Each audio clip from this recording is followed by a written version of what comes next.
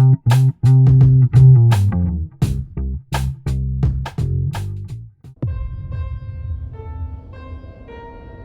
many people are coming? There'll be 4 of them. Richard, Linda, this is Jay and Gail Perry. Thank you for agreeing to meet us. You're welcome. I'm gonna leave you alone. Let me know if you need anything.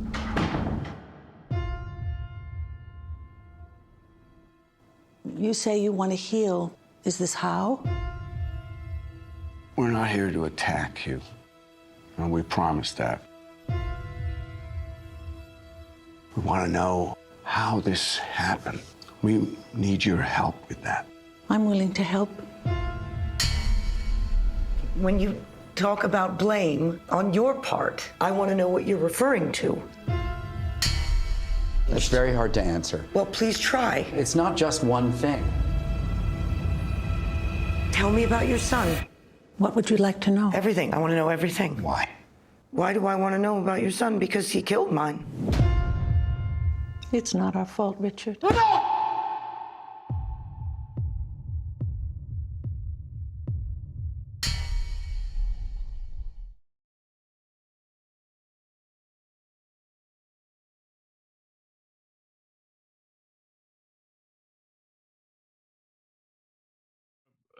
Hi, Reed Birney. Hi. Hi.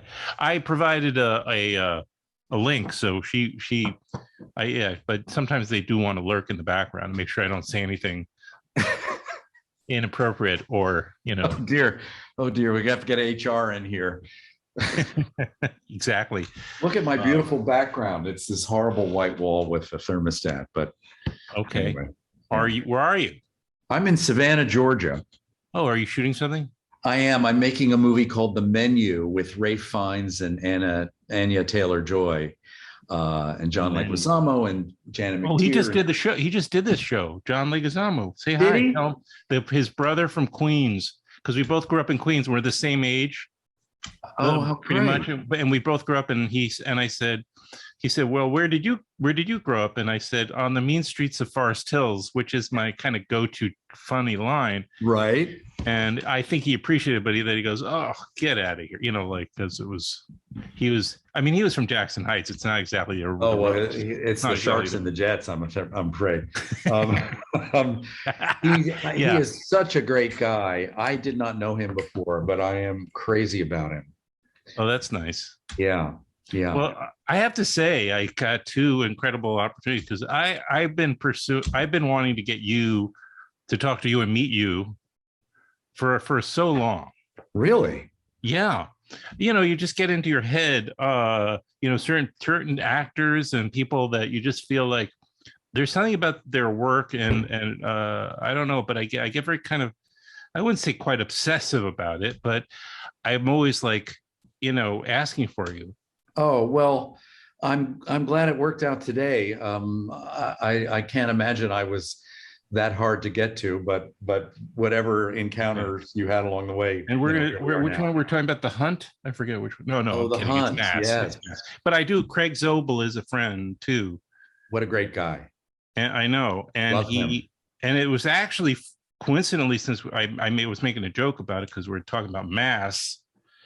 But it was also through Craig that I got to interview many years ago Ann Dowd, because he had her in Compliance, which is, brutal. Yeah. That movie is brutal. You think The Handmaid's Tale is brutal. Wait till Oh you my see. God. I watched that movie and I was just, my jaw was on the floor. I couldn't believe what I was seeing. And the fact that it was a true story. Yeah. Oh yeah. It was a true story. Yeah. Bad. And one of them, and since a kid, I saw you in 4 Friends, and then, but I mean, wow. I've known about your career for many years, and then I was like, was it the West Wing you were on? It's like, no, it was on House of Cards. I know. But where you played the vice president. It was the worst vice president in the history of the world. Turns out not really.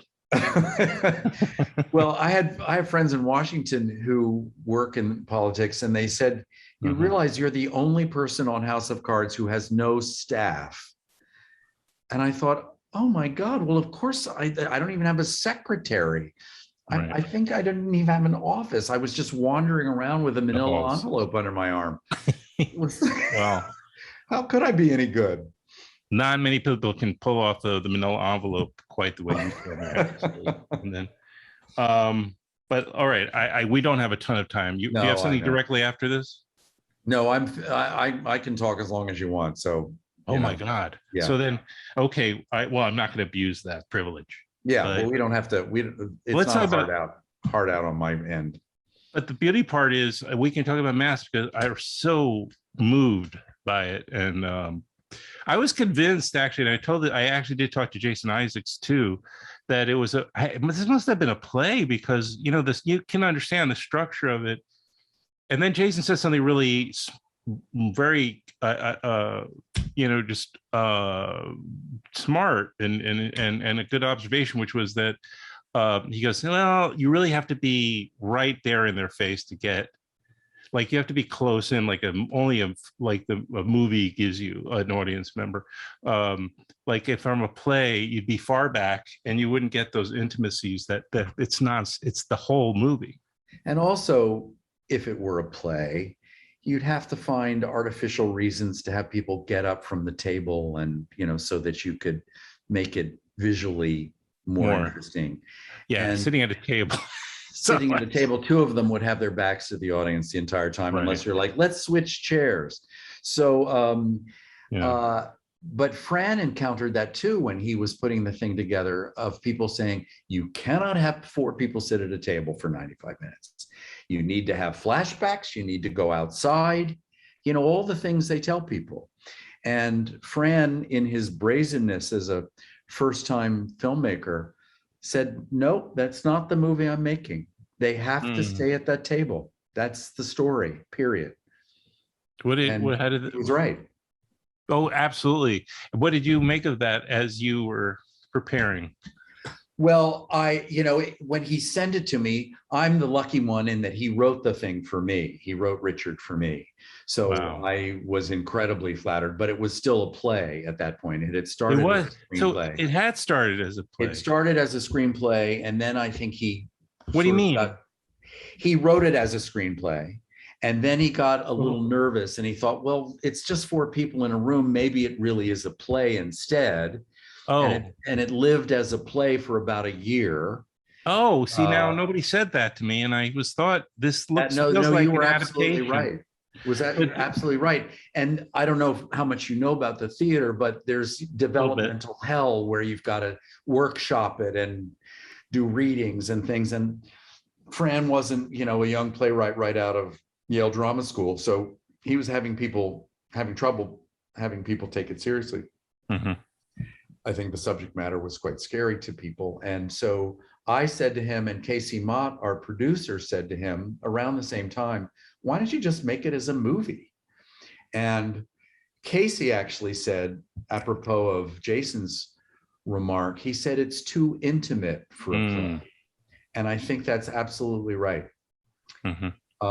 And so Fran called and said, we're going to do it as a movie. And I thought, well, that's the last I'll hear of that. How many people have said they're going to put me in a movie? And I never heard from them again. So how many? You know, I wish them all the best. And then about 2 months later, I think he wrote and said, we're going to do it as a movie. Amazing. I've got the money and we're going to start in November of 19. And it happened. Well, I'm glad it did, because not only that, but many, many, many more people will see it. I mean, let's face it.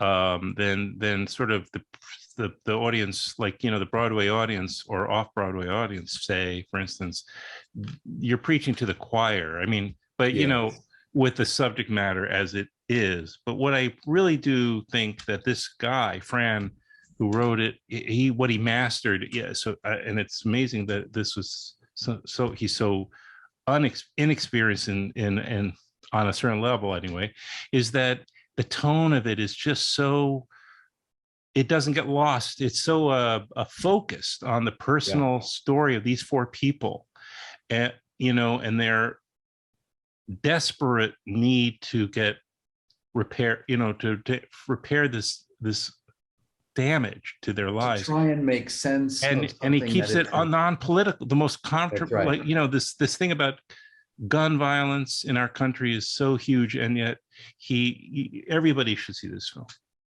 That's what I'm saying. Well, he and we all, when we have talked about the movie over the 2 years since we made it, what are the talking points? What do we want people to know about the movie? And it's really not a movie about gun control. And it's really, in a funny way, not even a movie about school shootings. No. It's a movie about how people connect and forgive each other and heal and move forward. Right. And that, you know, everybody has something they want to be forgiven for.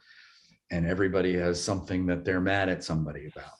And all of it's easier said than done. But I find the end of this movie, when Martha takes Jason's hand listening to the choir, I find it as life affirming as anything I've ever seen. So which is unexpected when you say it's a movie about school shootings. You sort of think, oh boy, this is going to be hard work. Well, whoever said that, as I understand why they might say that, but it's not, again, it's really not about that. It doesn't represent the movie at all. The movie, no. I don't think people would be having the response that they're having to the movie if it were just about that. I think the fact that it's about people, ordinary people in extraordinary circumstances. We all look at these situations and think, I would never be able to do that. And you can. When you are presented with this stuff, you find a way. And I think it's incredibly hopeful. I have to be cautious as I talk about the plot and the story, but because I don't want to give away too much, but at the same time, I want to talk about your character, Richard, a little bit, because you're married to Linda, I think it is, right? Played by Ann Dowd. That's right. Who are the parents of the person who created this violent episode, which took, we can say this, right? It's in the set. I think it's not going to be a surprise at this point. And it wouldn't help. It helps kind of also make people I think want to see this film and figure out. Our son was a school shooter, right, and shot their son. And it just seems like, and the whole point of this is these two couples come together to kind of figure out how to help these parents heal. And clearly it's not just the parents of the victim that are the only ones who need that. You know, it's so they sit down together at this table, as we talked about before. It seemed like I'm interested to know, like, as you as an actor, were you resisting? Like, it seemed as if you couldn't even sit down very long because it was too much. Like your whole body language is about distancing yourself as much as. Well, Richard, of the four of them, Richard does not want to be there at all. He was talked into it by the lawyers and by his ex-wife that this would be a good thing, and it would help these people. And in a moment of weakness, he must have said, I'll go. But for his wife's sake. And for his ex-wife, and somewhere in there for Hayden, our son. But, he is a wasp, I'm a wasp, and Richard's a wasp. And you don't talk about your feelings, and you don't live in the pain, and you move on. And for the past 6 years since the shooting happened, he has been discussed and parsed over and dissected. And I think he hates it. He was not supposed to live his life this way. And so in agreeing to come to this meeting, I think he thinks I will answer any questions I can. I'm not going to tell you I think my son is a monster, because I don't think he is. And what's your next question? The first thing he says is, I have to leave. I'm leaving on a plane this afternoon. He's dying to get out of there. And the real tragedy for me of Richard is that he's the one who doesn't take the opportunity to learn anything in this meeting. That's the tragedy of this story. Yeah. The others have cathartic breakthroughs and realizations, and in varying degrees. And Richard just won't let himself do it. And to see him stumble out of there at the end is just so sad to me. Breaks my heart. Wow. So how do you kind of how do you reconcile yourself with that kind of character?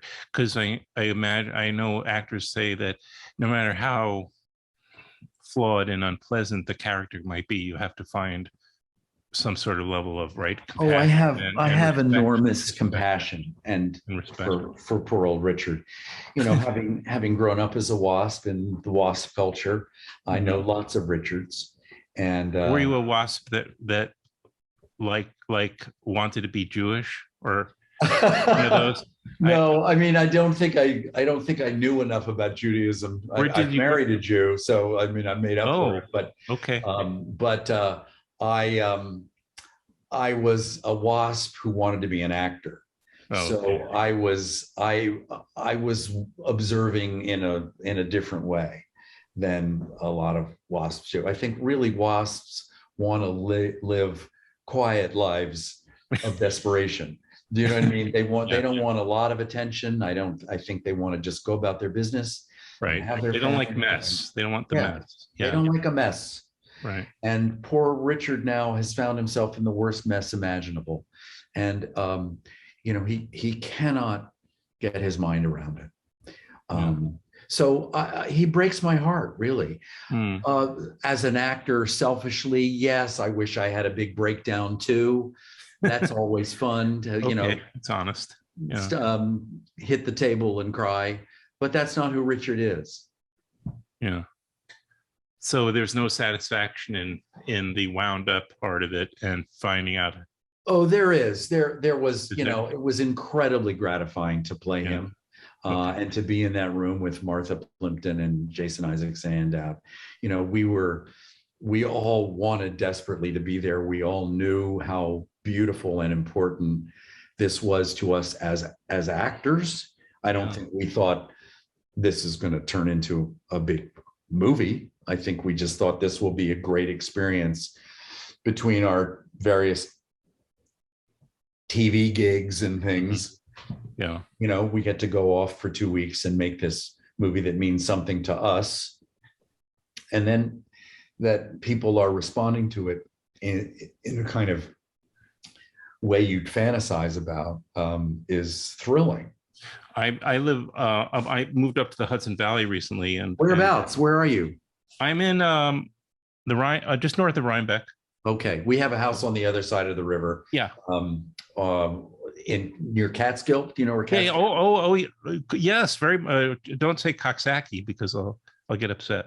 I'm kidding. We're in South Cairo, spelled like Cairo. No. You're very close, where that place is. Yeah.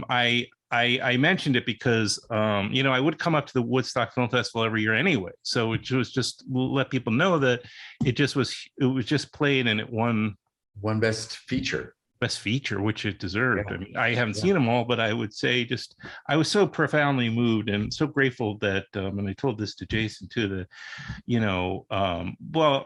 this is my wheelhouse anyway, films like this. And that's why you end up in quite a few of these kinds of films.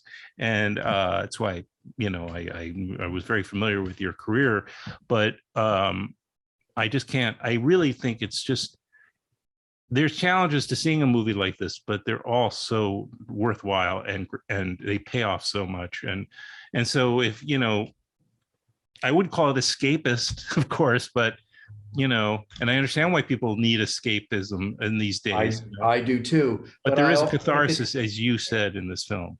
There is catharsis. If it's not escapist, I would say it's enlightening. Right. Yeah. I think it really does do what great art can do, and not to be pretentious about it, but I think it can really open a window to a world that we don't get to see, and we learn something about ourselves in the process. And it's going to be in theaters, which is also lovely, as of October this weekend, October 8th. New York and LA on Friday, and then expanding Look probably at to that. Washington and Boston and Chicago and things the next week, and then more Right. theaters after that. Isn't that great? Thank you so much. Adam, thank you. Lovely to meet you. I look Same forward here. to the next time when we Me can too. talk about lots of other things. Me too. Thank you. Okay. All the Have a best. good night. Thank you.